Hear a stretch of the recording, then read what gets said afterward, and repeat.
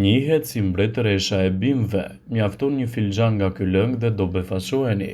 Sherebela është një bimë që përdoret gjërësisht në kuzhinë dhe gjithashtu ka veti të shumta kuruese.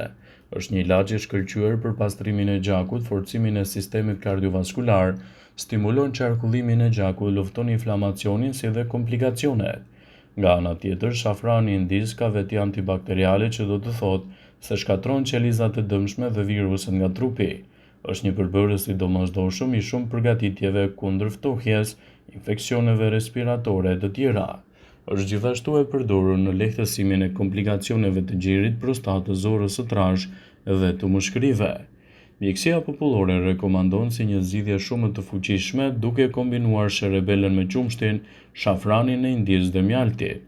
Përbërësit që u duhen janë 250 ml qumësht, një lugë gjethe sherebel, një lugë çaji mjalt dhe një lugë shafran indije.